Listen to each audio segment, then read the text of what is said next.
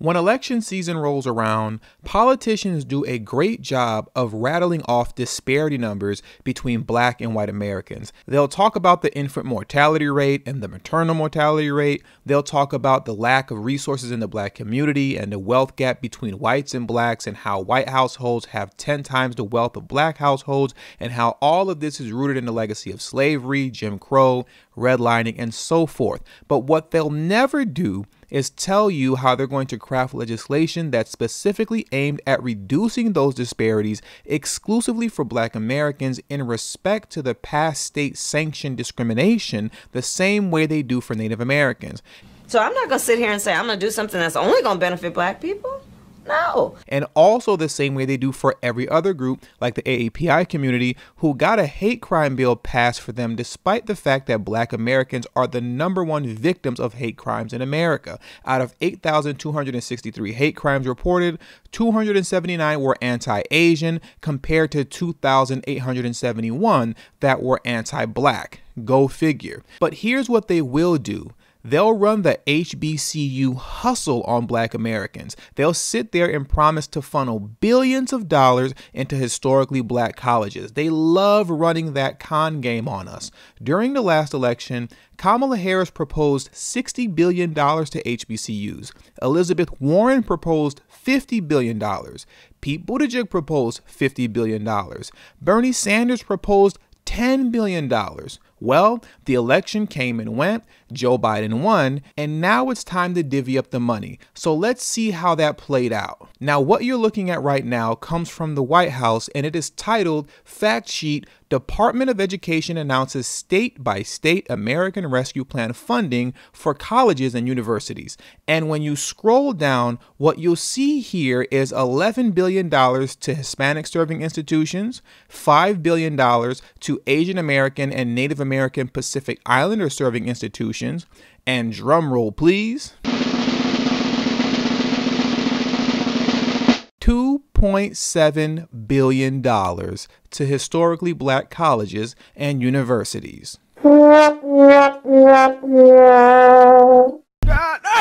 Now, I know what some of you are going to say, well, that's because there are more Hispanic serving institutions than there are HBCUs. Now, I actually addressed this in great detail back in October of last year in a video titled Joe Biden Gives HBCUs Funding to Majority White Hispanic Serving Institutions.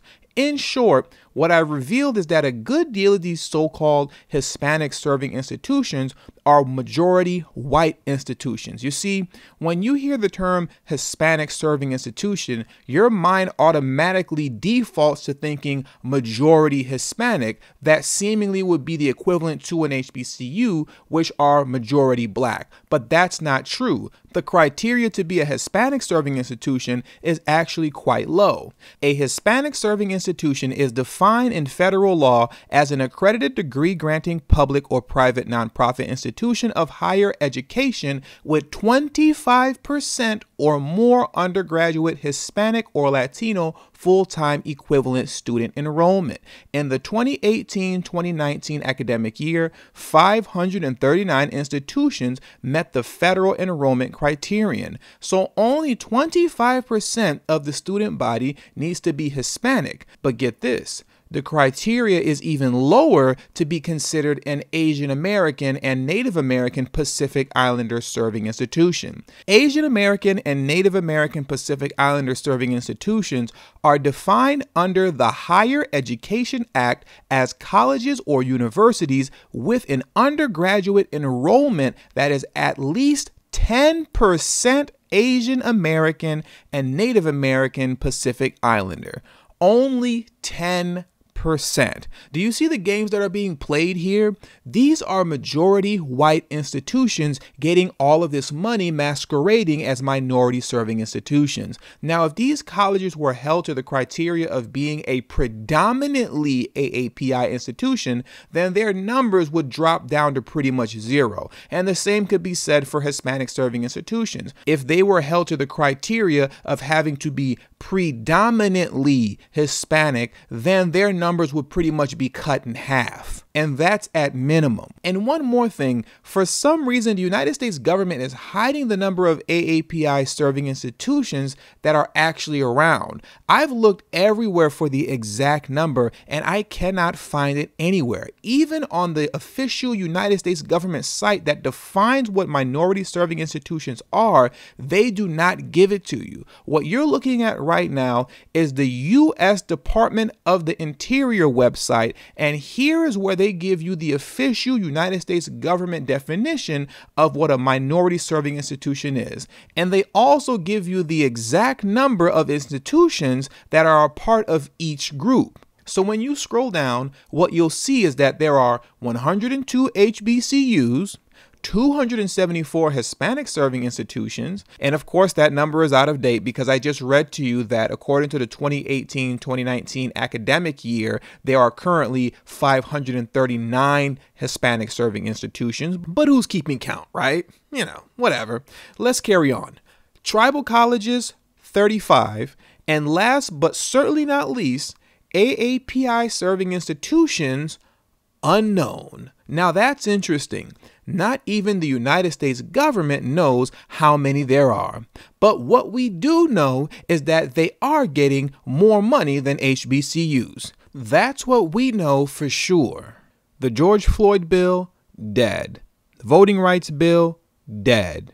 HR 40, dead. And HBCUs are getting the least amount of money out of all minority serving institutions. And especially for those moments when this campaign was at its lowest ebb, the African-American community stood up again for me. You've always had my back, and I'll have yours. Man, with Democrats like this, who needs Republicans? And with all that being said, that does it for today's video. Please make sure you hit that subscribe button as well as the bell notification next to the subscribe button so you can be notified whenever I release a new video. All social media links will be pinned in the comment section below. Please make sure you text tdhiphop to number 33222. That's tdhiphop to number 33222.